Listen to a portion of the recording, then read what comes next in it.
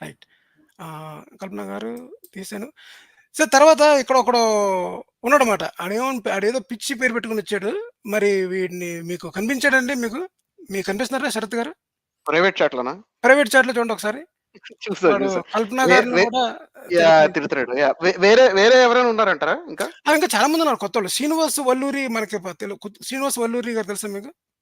తెలీదండి. తీసుకుందాం. శ్రీనివాస్ వల్లూరి గారిని తీసుకుందాం. వీడిని నేను దాంట్లో పెడతాను.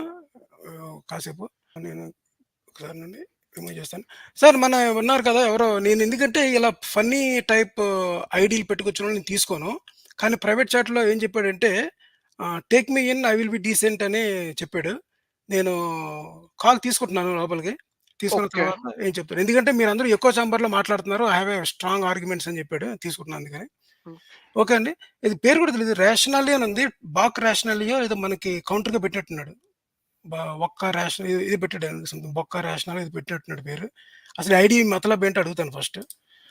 హలో మిమ్మల్ని తీసుకున్నానండి నేను. ఇది రేషనల్లీ అని పెట్టుకొచ్చారు. నమస్కారం సార్. వినపడుతుందా అండి? వినిపిస్తుంది. ఈ ఐడీ పేరేంటి?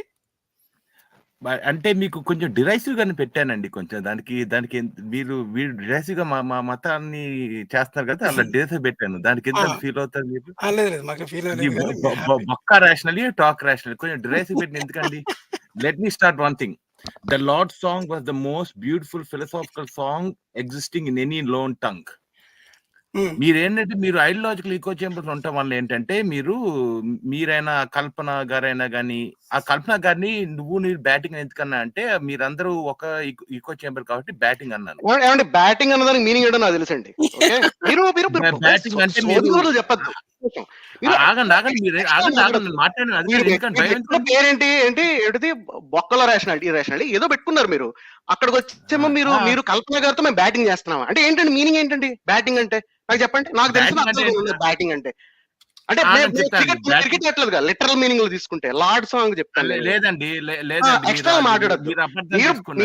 మీరు మేము బ్యాటింగ్ మీరు వాళ్ళు బ్యాటింగ్ చేసుకుంటుంటే అక్కడ ఆవిడ ఆడదు కాదనుకోండి, మగాళ్ళు అనుకోండి, మీరు వాళ్ళు బ్యాటింగ్ చేసుకుంటే అంటారు మీరు. చెప్పద్దు. బూతుల గురించి మాకు చెప్పగొద్దు. అర్థమైందా? బూతుల గురించి మీకన్నా ఎక్కువ తెలుసు. అందరికి ఒకే నాలెడ్జ్. తెలుగు వాళ్ళందరికీ బూతులు, సినిమాలు, రాజకీయాల్లో అద్భుతమైన ప్రావీణ్యం ఉందని మాకు తెలుసు. మీకు ఉంది ప్రావీణ్యం, మాకు ఉంది. ఎక్స్ట్రా మాట్లాడదు. సో మీ పాయింట్ చెప్పండి. మీరు ఎక్స్ట్రా మాట్లాడుతుంటే నేను అస్సలు ర్యాగింగ్ చేస్తాను మిమ్మల్ని. గతంలో కాదు చాలా మందిని ర్యాగింగ్ చేసాం, అవునా కదా?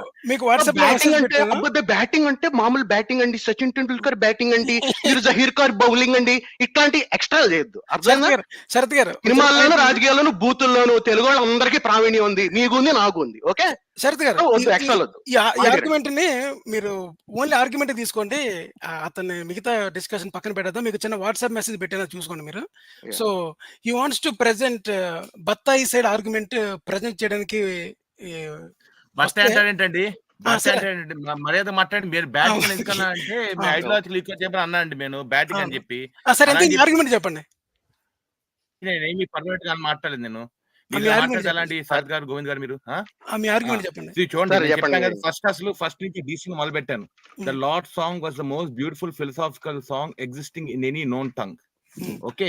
ఇంకో ఆర్గ్యుమెంట్ చెప్తానండి. బేసికల్ గా ఈ పర్సన్ అనే పార్ట్ ఏమన్నా అంటే I think that all the things which evoke discipline, study and our duties to men and to the commonwealth and war and personal hardship and even the need for subsistence ought to be greeted by us with profound gratitude, for only through them we can attain to least detachment, only so we can know peace. మీకు అర్థంగా చెప్తారా అంటే మీరు చెప్తుంటే నేను రాసుకోవాలి, లేకపోతే ఎక్కడుందో ఒకసారి చదవాలంటే ఇది అమెరికన్ ప్రొమీథియస్ అండి. ఇది అమెరికన్ ప్రొమీథియస్ అండి. ఓపెన్ హైమర్ గారు అంత గొప్ప ఆయనే. ఆయన ఇన్నర్ పీస్ కి, ఆయన ఇన్నర్ ఇమోషనల్ క్రైసిస్ ఉన్నప్పుడు 1933లో ఆయన టాముడ్ పని చేయలేదు, వాళ్ళ అబ్రహామిక్ రిలిజన్స్ ఏం పని చేయలేదు. ఆయన ఇమోషనల్ క్రైసిస్ కోసం, ఇన్నర్ ఈక్విలిబ్రియం కోసం, హార్డ్షిప్స్ కోసం హార్డ్షిప్స్ ని ఎంకరేజ్ చేయాలి మనం. గ్రోత్, ఈక్విలిబ్రియం, సెల్ఫ్ ఇంప్రూవ్మెంట్ కి గీత నాకు పనికొచ్చని చెప్పారండి. మరి గీతలో ఏ శ్లోకం మీరేమో పనికొచ్చిందండి? గీతలో ఏ శ్లోకం పనికొచ్చిందంట? శ్లోకాన్ని చెప్పా ఆయన డిటాచ్మెంట్ ఆయన మొత్తం చదవండి. ఆయన మీలాగా నాలాగా ఇగ్నోరెంట్ కాదు. ఆయనకి 160, 170 ఐక్యూ కాదండి. ఉంది ఆయనకి. ఇప్పుడు ఉమ్. కరెక్ట్. మీలాగా మాలాగా ఏంటి ఆయన మొత్తం చదువుంటే ఆయన అంతే.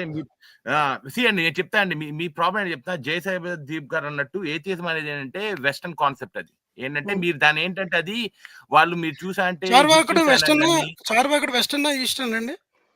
నేను చార్వాకు మాట్లాడే ఫస్ట్ నేను మీరు అన్నారు కదా మాట్లాడతాను దాని ఎథియిస్ట్ మీద అనే వస్తాను. కాన్సెప్ట్ అన్నారు కదా. అందుకే మనం పదాలు తీసేద్దాం. ఇంగ్లీష్ పదాలు కాకుండా ఓన్లీ తెలుగు పదాలు మాట్లాడుకుందాం. తెలుగు పదాల్లో లే- ఏంటంటే దేవుణ్ణి ఇప్పుడు ఆస్తికులు ఉన్నారనుకోండి, ఆస్తికులు నాస్తికులు ఉన్నారనుకోండి.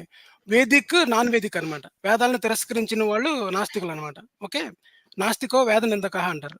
సో మనం ఈ పదాలన్నీ తీసేసి క్లీన్ స్లేట్కి వెళ్దాం. క్లీన్ స్లేట్లో ఒకడు ఒక అది కాదండి, నేను దేవుని ఒక నమ్ముతున్నాడు, ఆర్గ్యుమెంట్ కాదండి, ఒకటి దేవుని నమ్ముతున్నాడు, ఇంకోటి దేవుని నమ్మడు. దేవుణ్ణి నమ్మడం, నమ్మకపోవడం అనేది ప్రపంచవ్యాప్తంగా అన్ని దేశాల్లోని, అన్ని దీవుల్లోని, అన్ని గుహల్లోని ఉన్నారనమాట. సో ఇప్పుడు ఈ ఎథియిస్ట్ అనే కాన్సెప్ట్ ఫారిన్ నుండి వెస్టర్న్ కాన్సెప్ట్ ఎలా చెప్తారు? మన భూభాగంలో చెప్తాను. నేను ఉందా లేదా? అక్కడికి వస్తున్నానండి. బేసిక్ ఏంటంటే కరెంట్ ఎవరికైనా కానీ ఒక హ్యూమన్ లో ఒక క్యూరియాసిటీ ఉంటుంది. కానీ ఇప్పుడు ప్రెసెంట్ డే ఏథియిజం అంతా కొంచెం సక్సెస్ అవడానికి కొంచెం అన్ఫార్చునేట్లీ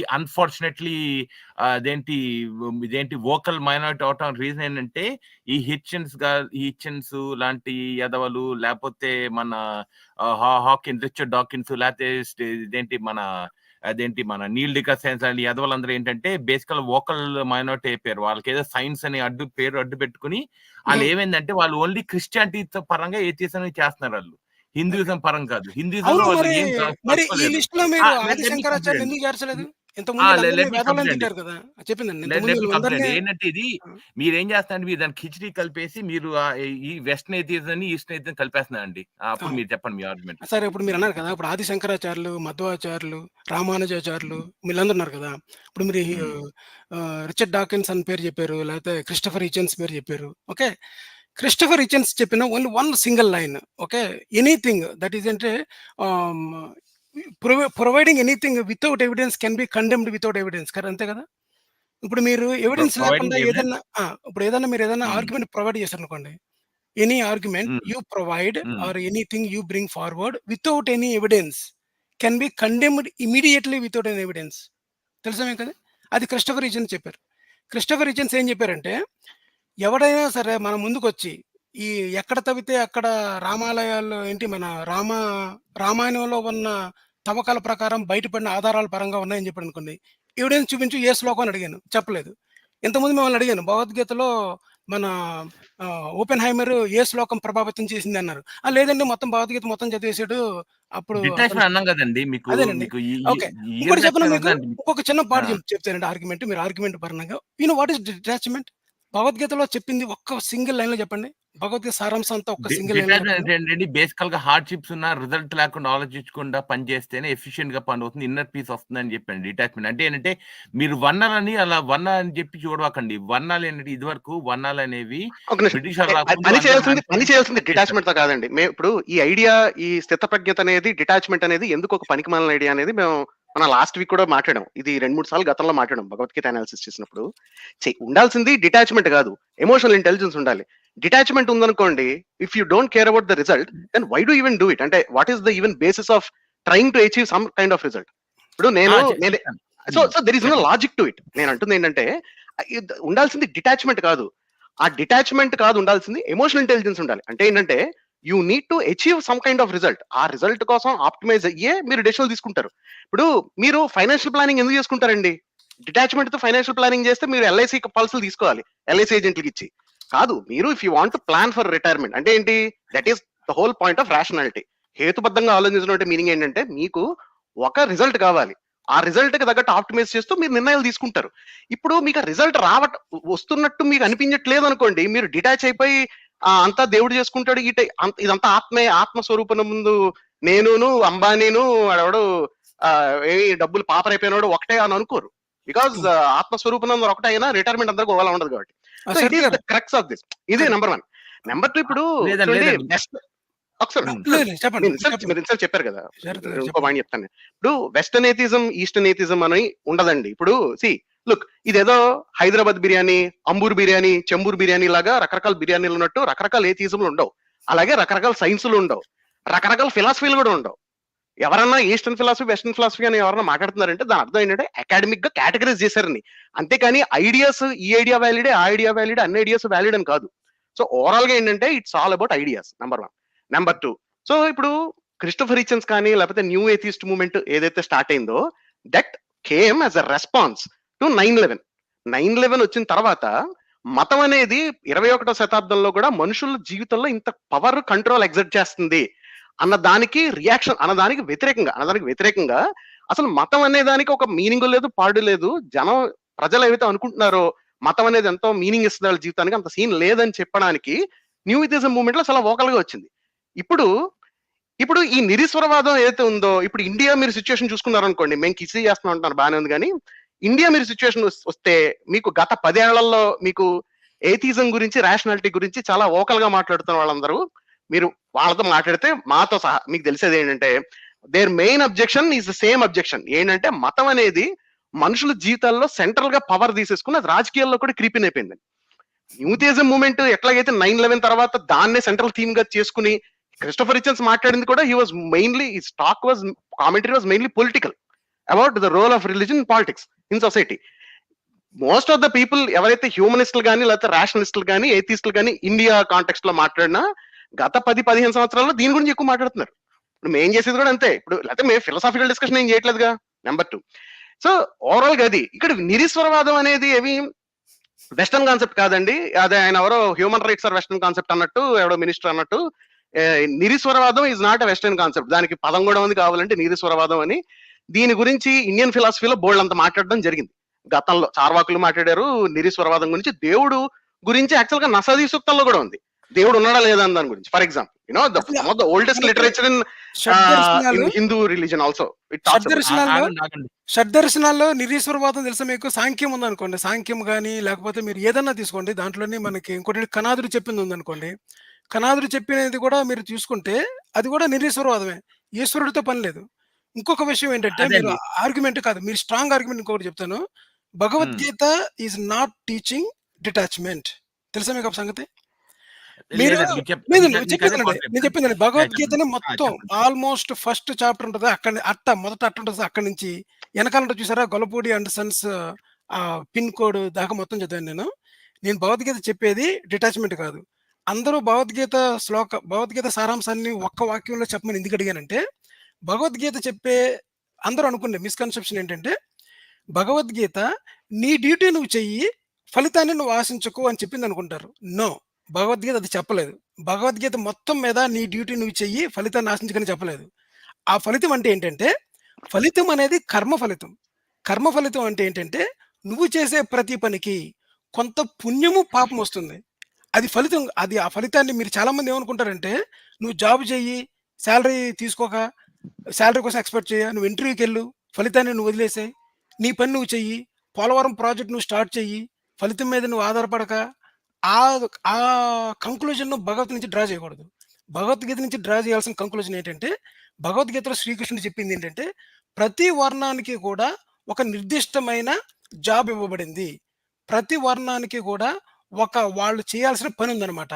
వాళ్ళు ఆ పని కాకుండా వేరే పని చేస్తే, ఆ పని చేస్తే పుణ్యం వస్తుంది, వేరే పని కనుక చేస్తే ధర్మానికి విరుద్ధంగా చేశారు కనుక వాళ్ళకి పాపం వస్తుంది అనమాట. తర్వాత ఏ వర్ణం వాడైనా సరే, ఏ పని చేసినా సరే కర్మకు ఫలితం ఉంటుంది. మర్డర్ చేయడం అన్నది క్రైమ్ అవ్వచ్చు, మర్డర్ అనేది జైల్లో శిక్ష పడవచ్చు, కానీ మర్డర్ అనే ఫలితం అనేది కర్మానికి ఫలితం ఇస్తుంది అనమాట.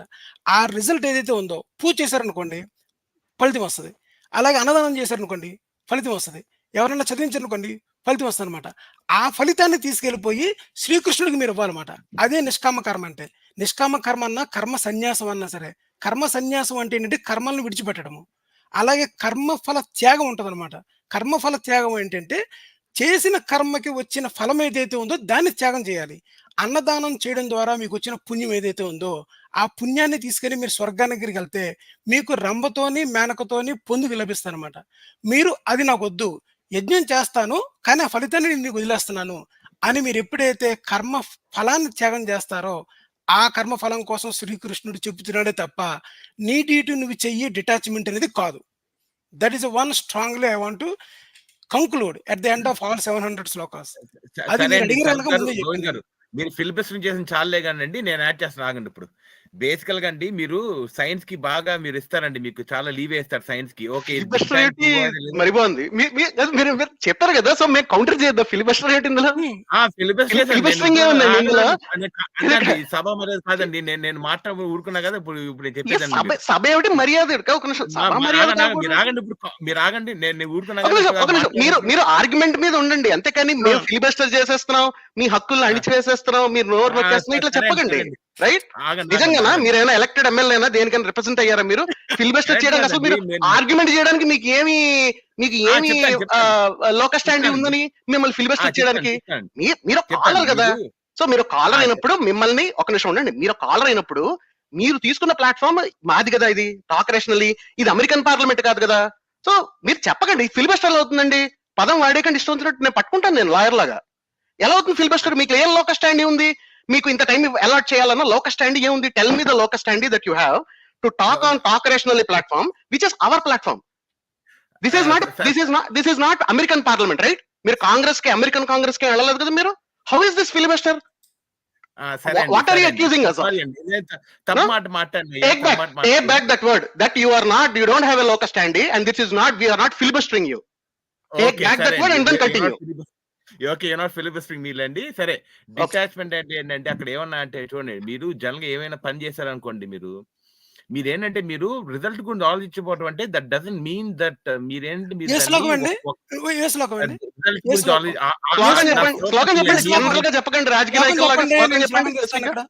నాకు శ్లోకం మీ అంత బాగా తెలియదు.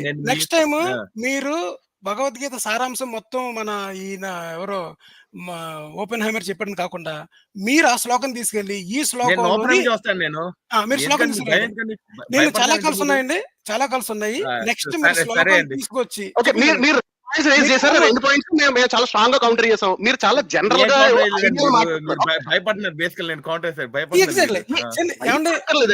నాకు ధర్మ మార్గం భాస్కర్ రాజ్ అన్న చాలా భయం అనమాట. ఓకే, ధర్మ మార్గం భాస్కర్ రాజ్కి మీకు ఇచ్చే కౌంటర్ ఏంటంటే, భగవద్గీతలో ఏ శ్లోకంలో శ్రీకృష్ణుడు డిటాచ్మెంట్ అండ్ దెన్ డ్యూటీస్ మాట్లాడాడు?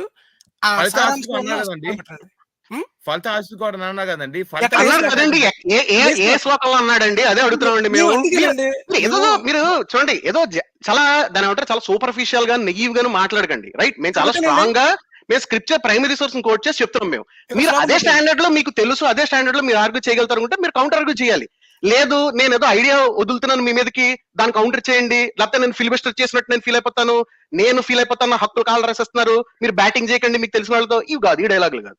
అర్జున నీవు కర్మఫలములకు చూడండి, అర్జున నీవు కర్మఫలములకు కారణము కారాదు, అట్లని కర్మలను చేయటం మానరాదు అన్నాడు. అదే శ్లోకంలో అన్నాడు.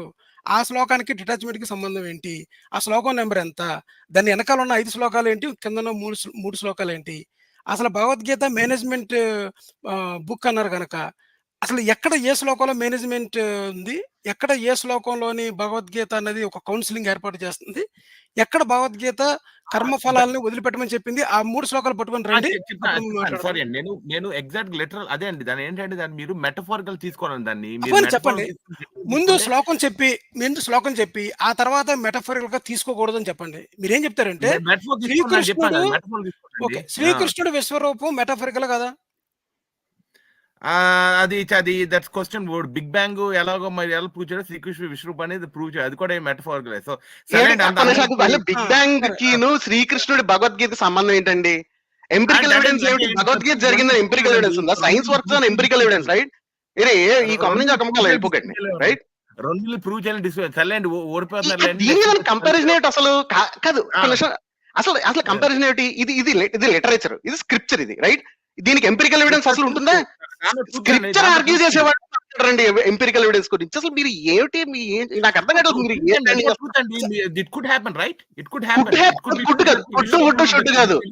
ఒక నిమిషం, వుడ్ కాదు, అక్కడ ఏముందో చెప్పండి. వాట్ ఈస్ దేర్ అని అడుగుతాం మేము. వుడ్ ఏంటండి? వుడ్ మీరు నేను ఇష్టమైన ఐడియాలు మాట్లాడుకోవచ్చు. ఏమండి? సర్లేండి, స్క్రిప్చర్ లో మేము అడుగుతున్న క్వశ్చన్ చాలా సింపుల్ అండి. స్క్రిప్చర్ ఏంటంటే భగవద్గీత బిగ్ బ్యాంగ్ ను ఆపన్హైమర్ కాదు, ప్రొమిథియస్ కాదు. భగవద్గీతలో ఎక్కడ డిటాచ్మెంట్ తో నువ్వు పని చేయాలి ఏవైతే ఉన్నారో అప్పుడు అది డిస్కషన్ అవుతుంది. మీరు భగవద్గీత చెప్పి ఘంటసాల గారి పాట భలే ఉందండి, బిగ్ బ్యాంగ్ కూడా బాగుందండి, కాబట్టి రెండు ఒకటే, వాడెవడు ప్రొమిథియస్ లో వాడదన్నాడు, నన్ను ఫిలిబస్టర్ చేద్దంటే ఏంటిది? కోతిక మచ్చలో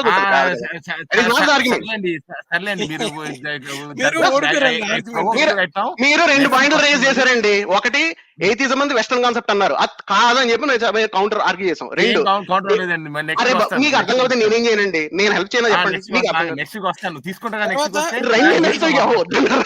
కానీ ఎటు వచ్చి స్పెసిఫిక్స్ లో మీరు మాట్లాడకుండా మీరు నేను విక్టిమ్ ప్లే కార్డ్ ప్లే చేస్తానంటే మాత్రం మేము ఊరుకోం, మిమ్మల్ని నిజంగా విక్టిమ్ చేస్తాం మేము.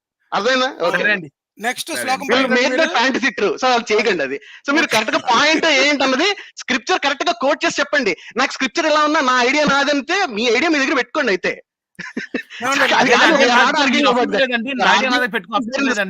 లాంగ్వేజ్ అది ఎంత అది మీ ఐడియా మీ దగ్గర పెట్టుకోండి అందా పెట్టుకోవాలి. ఎంత అఫెన్స్ ఉందండి అది, ఎంత మీ ఐడియా మీ దగ్గర పెట్టుకోండి అన్నారు. మరి డబుల్ స్టాండర్డ్స్ అన్ని డబుల్ స్టాండర్డ్ మీరేమో బూతులు అనుకుంటారు. మీ ఐడియా మీ దగ్గర పెట్టుకోండి అంటే మీనింగ్ ఏంటండి? సర్లేండి.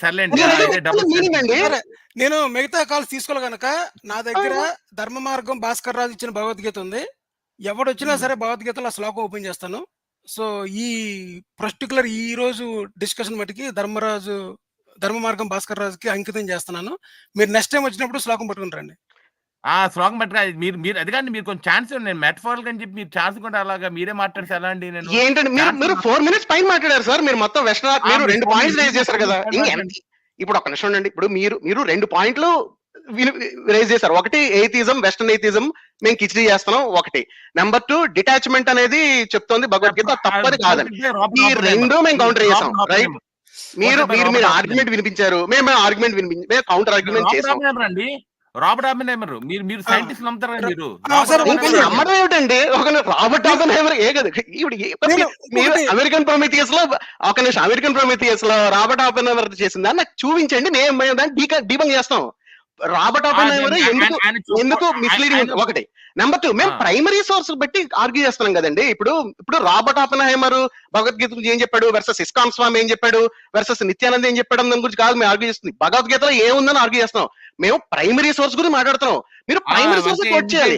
ప్రైమరీ సోర్స్ గురించి మహేష్ బాబు ఇట్లా అన్నాడు, చిరంజీవి ఇట్లా అన్నాడు, జగ్గివాస్ దేవ్ ఇట్లా అన్నాడు అన్నది ఒపీనియన్ పోలింగ్ అవుతుంది. మేము ఒపీనియన్ పోలింగ్ చూడండి. బేసికల్ గా రాబర్ట్ ఆపెన్హైమర్ దగ్గర వచ్చింది ప్యూర్ భగవద్గీత, మంచి Bhagavad Gita, pure impure semi pure reverse osmosis ఆరో యూవి ప్యూరిఫైడ్ భగవద్గీతను ఆరో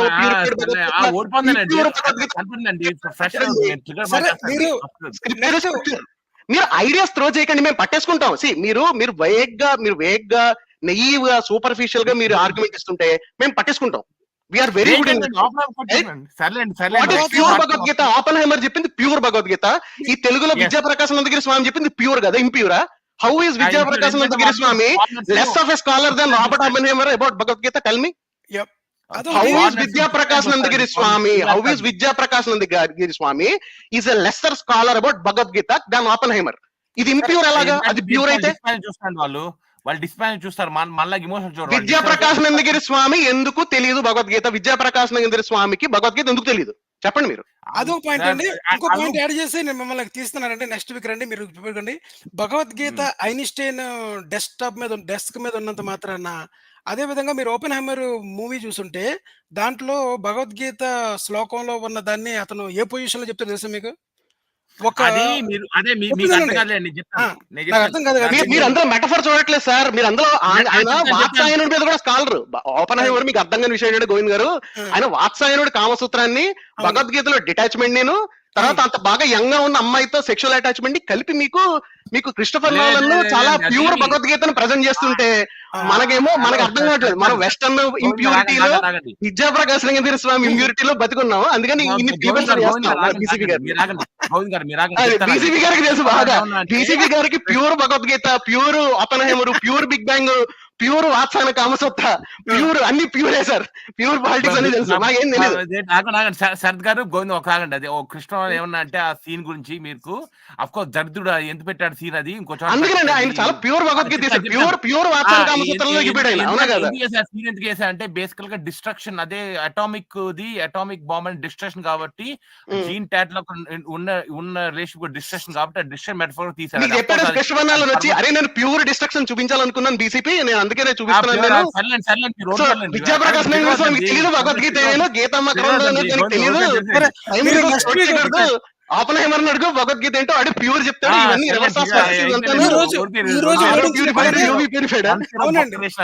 ఈ రోజు వాడించినట్టుగానే నెక్స్ట్ వీక్ వచ్చి మళ్ళీ ఓడించండి మమ్మల్ని. నెక్స్ట్ వీక్ రండి, నెక్స్ట్ వీక్ రండి. ఓకే సరే అండి, బాయ్.